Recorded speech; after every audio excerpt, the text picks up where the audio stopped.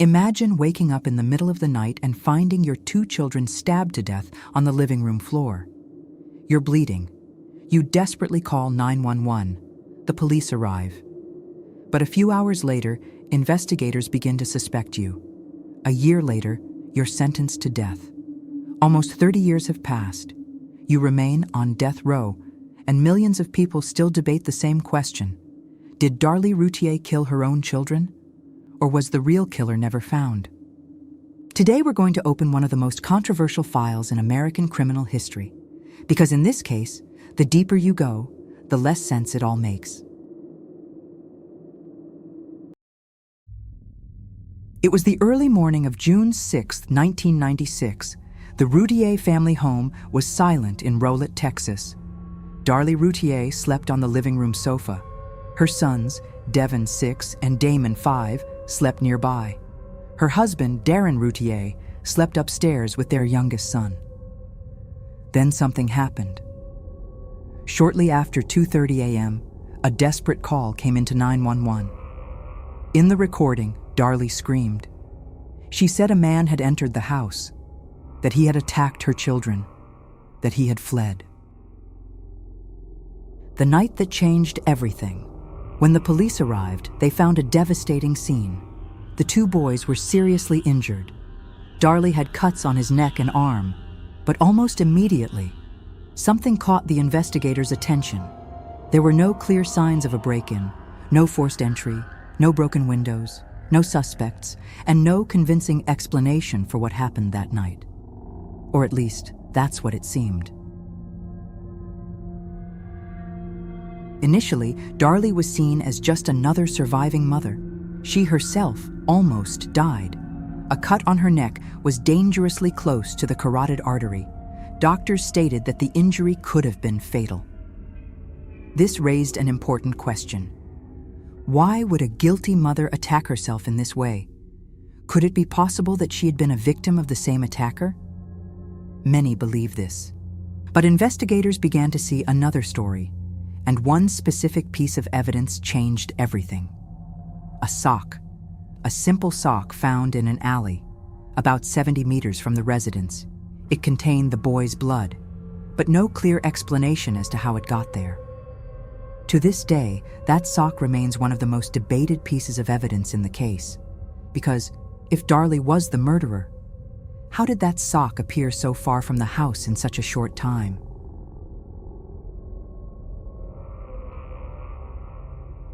A few days after the murders, public opinion changed drastically. A video recorded at the cemetery was shown on television. In the images, Darlie appeared smiling, laughing, spraying foam, celebrating the birthday of one of her dead sons. To millions of Americans, it seemed unforgivable. How could a mother act that way just days after losing her children? The media didn't delay. She was soon portrayed as a cold mother, without remorse, a woman capable of killing. But there's a detail few people know. The broadcasters only showed part of the recording. Moments before that celebration, Darlie had cried intensely before her children's grave. This part was rarely shown. Was it unfair editing? Or did it simply reveal her true personality? To this day, no one agrees.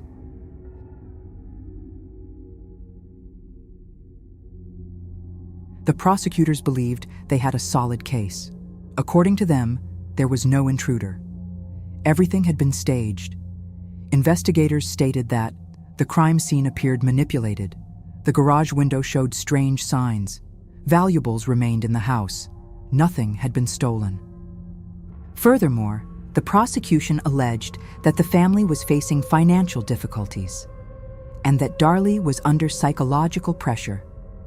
The narrative seemed simple: an overwhelmed mother, an outburst, a crime. But then the problems arise: the cuts on her neck, the marks on her arms, the sock found far from the residence, and the absence of a definitive explanation for some traces found at the scene. Suddenly, the prosecution's theory no longer seemed so perfect.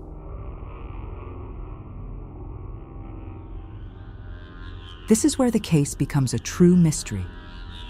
First question: if Darlie killed her children alone, how did she manage to leave the sock in the alley and return unseen? Second question: why would she make such deep cuts on herself? Third question: why do some experts continue to question the interpretation of the forensic evidence? Fourth question: is there a possibility that DNA not yet fully analyzed could reveal something new? And perhaps the most disturbing question: what if the investigators decided too early who was guilty? Criminal cases show that this happens. When an initial theory seems convincing, other possibilities may be overlooked. Did this happen here? Or do these doubts exist simply because people have difficulty accepting that a mother could commit such a brutal crime? Today, almost 3 decades later, Darlie Routier remains on Texas death row. She insists on her innocence. Her supporters claim she was convicted based on an emotional narrative. Her critics believe the evidence is overwhelming. Meanwhile, the victims' families continue to wait for definitive answers. But time passes, witnesses grow old, memories fade, and the truth seems ever more distant. Perhaps Darlie Routier is exactly who the prosecution said she is: a murderous mother. A woman who, on a June night in 1996, took the lives of her own children and tried to convince the world that it was all the work of an unknown intruder. Or perhaps she is an innocent woman, a mother who survived a brutal attack, lost 2 children, and spent almost 30 years on death row for a crime she never committed. The problem is that, depending on which evidence you observe, depending on which testimonies you believe, and depending on how you interpret that night, both stories seem possible. And that's exactly what makes this case so disturbing. Because after almost 3 decades, there isn't one answer that can convince everyone. There are still experts who believe the investigation left important questions unanswered. There are still people who believe the real killer was never found. And there are still those who are absolutely certain that justice convicted the right person. Perhaps the truth is hidden in some evidence that never received the necessary attention. Perhaps it's in details that were ignored. Or perhaps the truth was discovered many years ago, and we simply refuse to accept it. But one thing is certain: Devon and Damon Routier lost their lives that night. And almost 30 years later, the question remains: who really killed Devon and Damon Routier? And you? Do you believe Darlie Routier is guilty or innocent? Leave your opinion in the comments, because this file is still far from being closed. And perhaps that's precisely why it remains one of the most controversial criminal mysteries in United States history.